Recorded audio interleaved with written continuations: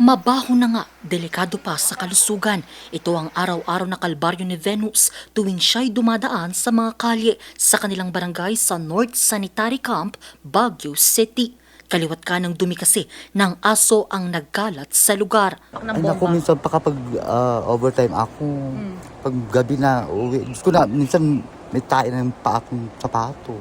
Kaya minsan nakakaibiyar ng maglakad na daming tae sa daan. Sadyang yung mga may-ari ng mga aso, ewan ko ba, laging napapakawala kapag gabi na. Ayon sa barangay, matagal na nila itong problema at ang mas nakakabahala, may ilang pet owners na itinatapon ito sa mga kanal na dumediretso sa ilog. We are now addressing pero hindi completely address. Kasi yung regarding sa poop ng mga aso, meron at meron pa rin mga pag-alagala, especially in the morning. Kasi kung minsan yung mga aso na inside the residential areas, kung minsan pinapalawas nila ng morning. Malalaman lang namin kung mag-clean up drive namin, may makikita na doon kami nang makita mo na may natapon. Last clean up drive kat adang tinapansin. Sa pagbisita ng news team, kumpirmadong may mga dumi ng aso na naitapon sa mga kanal. Ito ngayon ang ikinababahala ng Baguio LGU sa isinagawang inspeksyon ng City Environment and Parks Management Office o SEPMO noong nakaraang linggo.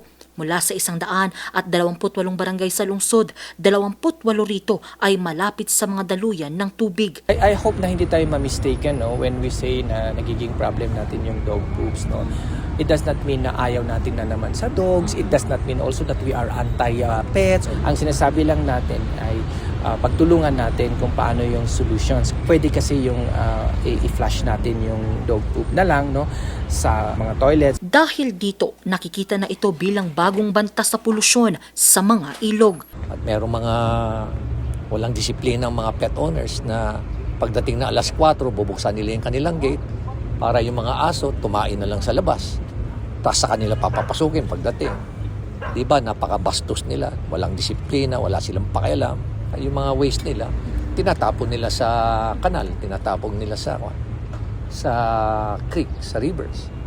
Kaya lalo ulit na popollute yung ating mga rivers dito. Dahil dito, inatasan na ng alkalde ang City Veterinary Office na paigtingin ang paghuhuli ng mga stray dogs o pagalagalang aso. Inirekomenda naman nila sa mga pet owners na i-flush o ilagay na lamang sa compost bin ang dumi ng mga aso dahil hindi rin ito hinahakot ng General Services Office. Pinaalalahanan naman ng otoridad ang publiko na huwag magtapon ng basura sa mga ilog, hindi lang para sa kalikasan, kundi para na rin sa ating kinabukasan.